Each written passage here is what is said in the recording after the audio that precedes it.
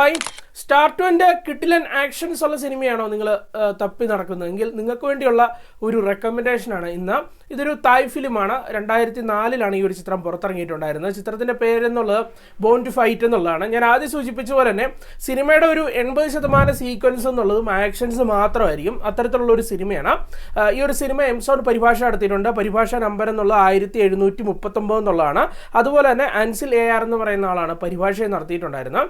ചിത്രത്തിൻ്റെ ഒരു പ്രമേയം എന്ന് വെച്ച് കഴിഞ്ഞാൽ നമ്മുടെ ചിത്രത്തിലെ നായകനും നായകൻ്റെ സഹോദരിയും ഒക്കെ കൂടി കുറേ ആളുകൾ കൂടി ഒരു ചാരിറ്റി പ്രവർത്തനത്തിൻ്റെ ഭാഗമായിട്ട് ഒരു തായിലെ ഒരു ചെറിയൊരു ഗ്രാമപ്രദേശത്തിലേക്ക് എത്തിയിരിക്കുകയാണ്, അവിടുത്തെ ആളുകളൊക്കെ സഹായിക്കാൻ വേണ്ടി. എന്നാൽ പെട്ടെന്ന് അങ്ങോട്ടേക്ക് കുറച്ച് ഗ്യാങ്ങുകൾ എത്തുകയാണ്, അല്ലെങ്കിൽ ഒരു മാഫിയ തലവനെ കുറച്ച് ദിവസങ്ങൾക്ക് മുമ്പ്, അല്ലെങ്കിൽ ആ ഒരു ചാരിറ്റി പ്രവർത്തനങ്ങൾക്ക് ഇവരെത്തുന്നതിന് മുമ്പ് ഒരു മാഫിയ തലവനെ പോലീസ് അധികാരി പിടികൂടിയിരുന്നു. എന്തായാലും അദ്ദേഹത്തെ വിട്ടുകിട്ടണമെന്ന ആവശ്യപ്രകാരമാണ് ഈ ഗ്യാങ്ങുകളെല്ലാം ഈ ഗ്രാമത്തിലേക്ക് എത്തിയിരിക്കുന്നത്. എന്നിട്ട് ഇവരെല്ലാം തടങ്കലിൽ വെച്ചിരിക്കുകയാണ്. എന്നിട്ട് ഇവരെ ഓരോരുത്തരെയായിട്ട് ഞങ്ങൾ കൊല്ലാൻ പോവുകയാണ്, അല്ലാന്നുണ്ടെങ്കിൽ അധികാരികൾ നിങ്ങളുടെ തലവനെ വിട്ടു തരണമെന്ന് പറഞ്ഞിട്ടാണ് ആ ഒരു ആവശ്യമൊക്കെ പറഞ്ഞിരിക്കുന്നത്. എന്തായാലും ശേഷം ആ ഒരു ഗ്രാമത്തിൽ വെച്ച് അരങ്ങേറുന്ന തീപ്പൊരി സംഭവങ്ങളായിരുന്നു ചിത്രത്തിൻ്റെ പ്രമേയം എന്നുള്ളത്. ഞാൻ സൂചിപ്പിച്ച പോലെ തന്നെ നിങ്ങൾക്ക് ആക്ഷൻ സിനിമ ഇഷ്ടമാണെന്നുണ്ടെങ്കിൽ ഇത് നിങ്ങൾക്ക് വേണ്ടിയുള്ള ഒരു സിനിമയാണ്. കാരണം ഇതിൻ്റെ കഥ എന്നൊക്കെ പറഞ്ഞു കഴിഞ്ഞാൽ വളരെ സസ്പെൻസ്ഫുൾ ആയിട്ട് പോകുന്ന ഒരു കഥയൊന്നുമല്ല. നമുക്ക് തുടക്കത്തിൽ തന്നെ, അല്ലെങ്കിൽ തുടങ്ങി ഒരു ഘട്ടം എത്തിക്കഴിയുമ്പോൾ തന്നെ നമുക്ക് കഥ എന്താണെന്നൊക്കെ പ്രെഡിക്റ്റ് ആവും. നമുക്ക് ഗസ് ചെയ്യാൻ പറ്റും. പിന്നീട് അങ്ങോട്ട് ത്രൂ ഔട്ട് ആക്ഷനാണ്. എനിക്ക് തോന്നുന്നു സിനിമയുടെ ലെങ്ത് 1.5 മണിക്കൂറാണ്. ഇതിൻ്റെ അകത്ത് ഒരു 3/4 മണിക്കൂർ നേരവും, അല്ലെങ്കിൽ സിനിമ തുടങ്ങി 10 മിനിറ്റ് എന്തോ ആക്ഷൻസ് ഉണ്ട്. അത് കേട്ട് കുറച്ച് സംഭാഷണങ്ങളും കാര്യങ്ങളൊക്കെ ആയിട്ട് പോകും. അതിനുശേഷം ഒരു 1/4 കഴിയുമ്പോഴത്തേക്ക് പിന്നീട് അങ്ങോട്ട് ആക്ഷൻ ആരംഭിക്കുകയാണ്. പിന്നെ അത് എൻഡ് ചെയ്യുന്നത് എൻഡ് കാർഡിലാണ്. അത്രയും ഒരു ആക്ഷൻസിന് പ്രാധാന്യം കൊടുത്തിട്ടുള്ള ഒരു സിനിമയാണിത്. അതും ആക്ഷൻസ് എന്ന് പറയുമ്പോഴേ നിങ്ങൾക്കറിയാം, ഈ ഒരു സിനിമയുടെ കാലഘട്ടം എന്നുള്ളത് 2004 ഏകദേശം 10-21 വർഷമായി.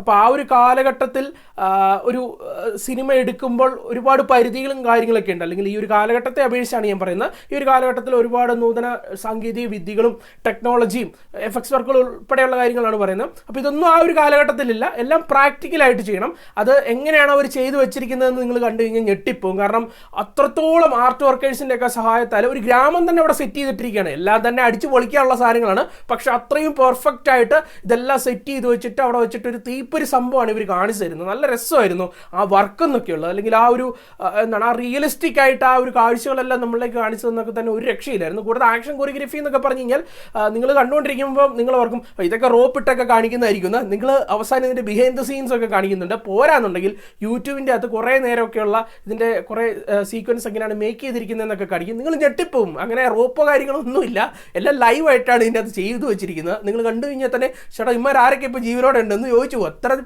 ഹാർഡ് വർക്കിലാണ് ഈ ഒരു ആക്ഷൻസും കാര്യങ്ങളും ഒക്കെ തന്നെ ഇവർ ക്രിയേറ്റ് ചെയ്തു വെച്ചിട്ടുണ്ടായിരുന്നു. കൂടാതെ സിനിമ ഞാൻ പറഞ്ഞില്ലേ, ത്രൂ ഔട്ട് ആക്ഷൻ മൂഡിലാണ് പോകുന്നത്. ഈ ആക്ഷൻ കൊറിയോഗ്രഫി എൻജോയ് ചെയ്യുന്നത് പോലെ തന്നെ നമ്മൾ ഇതിൻ്റെ മ്യൂസിക് വർക്കും എൻജോയ് ചെയ്യും. അതായത് ഇതിൻ്റെ അകത്ത് BGM നല്ല രസമായിരുന്നു. ഇങ്ങനെ ത്രൂ ഔട്ട് ഇങ്ങനെ BGM പോവാണ്. നല്ല ഗ്രിപ്പിംഗ് ഒരു ഫീല് ആ ഒരു BGM വർക്കിലൂടെ ഒക്കെ തന്നെ കിട്ടുന്നുണ്ടായിരുന്നു എന്നുള്ളതാണ് വസ്തുത. കൂടാതെ ഗംഭീരമായിട്ടുള്ള പ്രകടനവും എസ്പെഷ്യലി ഹീറോ ആയിട്ട് എത്തിയിട്ടുണ്ടായിരുന്ന ആക്ടറിൻ്റെ കാര്യം പറയണം. ഞാൻ മുമ്പേ സൂചിപ്പിച്ചില്ലേ, ഇവനൊക്കെ ജീവിച്ചിരിപ്പുണ്ടോ എന്ന് നമുക്ക് തോന്നിപ്പോകുന്ന രീതിയിലുള്ള സ്റ്റണ്ണിങ് ആയിട്ടുള്ള ആക്ഷൻ സീക്വൻസുകളായിരുന്നു. അതൊക്കെ ഇവർ ഹാൻഡിൽ ചെയ്ത വിധവും അതുപോലെയായിരുന്നു. എസ്പെഷ്യലി ഞാൻ പറഞ്ഞില്ല, നായകൻ അതുപോലെയാണ് ഹാർഡ് വർക്ക് പുള്ളി ചെയ്തിട്ടുണ്ടായിരുന്നത്.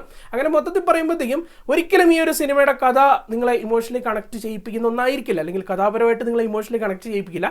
നിങ്ങൾക്ക് ആക്ഷൻ ഫിലിം ഇഷ്ടമാണ്, അതും ഒരു സാധാരണ ആക്ഷൻ ഫിലിം ആയിരിക്കരുത്. കുറച്ച് അഡ്വഞ്ചറസ് ആയിട്ട് ഉള്ള ആക്ഷൻസ് ഒക്കെ നിറഞ്ഞ ഒരു സിനിമയാണ് എനിക്ക് കാണണമെന്നുണ്ടെങ്കിൽ ഇത് നിങ്ങളിലേക്കാണ് ഞാൻ സജസ്റ്റ് ചെയ്യുന്നത്. നിങ്ങൾ പോയി കാണുക. ഇത് നിങ്ങളെ എൻജോയ് ചെയ്യിപ്പിക്കും. ഫാമിലി ഒക്കെ ആയിട്ടിരുന്ന് കാണാൻ സാധിക്കുന്ന ഒരു സിനിമ കൂടിയാണ്. യാതൊരു വിധത്തിലുള്ള 18+ കണ്ടന്റ് അങ്ങനെയുള്ള പരിപാടി ഒന്നുമില്ല. എന്തായാലും കണ്ടിട്ട് നിങ്ങളുടെ അഭിപ്രായങ്ങൾ പങ്കുവെക്കുക. ഈ ഒരു സിനിമയ്ക്ക് ഒരു 7 out of 10 ആണ് നൽകുന്നത്, 10/7. അപ്പോൾ മറ്റൊരു സിനിമയുടെ വിശേഷമായിട്ട് കാണാം. ബൈ.